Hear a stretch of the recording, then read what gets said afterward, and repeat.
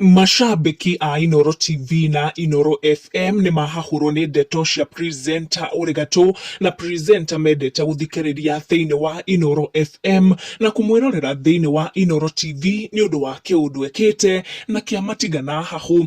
Wambui wa Muturi ni ndeto muno na kurehagira tafarira ya uria ndagitari thiini wa Inooro TV na thereruka thiini wa Inooro FM. Wambui ni ekite kiundu kia hahura mafans ake urire mafans mathie na mbere kunyita ndeto ati matiriragira Ken wa kuraya agithoma mohoro TV ni ucio wa Inooro. Wambui ejete njuiri ciake ciothe ng'urutu na torio kuona mbica-ini ici ndeto yatiga mashabiki na ciuria ciakire kigituma Wambui akorwo agika uguo. Roho Wambui ni akorwo akirekereria ndumiriri ya gutariria mashabiki itumi ciake kuona kuri na aria marakorirwo makihahuka na magitindika Wambui na ciuria nyingi muno makimuria kana ni ndwari etumete akorwo akienja njuiri yake yothe na agatigwo kiongo ng'urutu. Na Wambui arauga ni anogete muno ni maria magikoretwo magithie na mbere muturire-ini wake, na thiini wa statement eno akorirwo akiruta mwena wake wa social media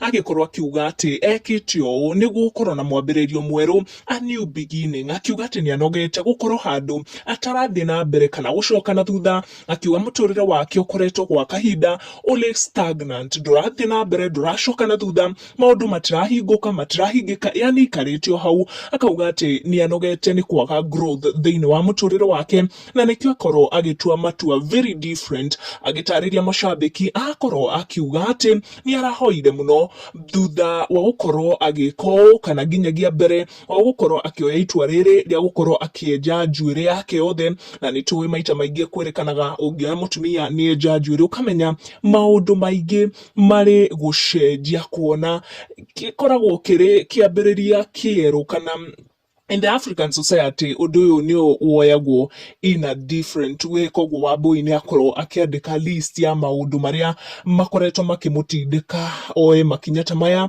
magukorwo akienja njuiri ciake ciothe, na agakorwo akiuga nginya mikirire ya nguo ni iramunogetie na indo ta icio ni agukorwo akiheana. Akiuga it's a new beginning na muturire wake ni urakinyite handu ndurathie na mbere nduracoka na thutha, very stagnant. Akauga ni arathire through a lot of fears, a lot of pain, a lot of losses. Koguo kuriwe uyu ni mwambiririo mweru.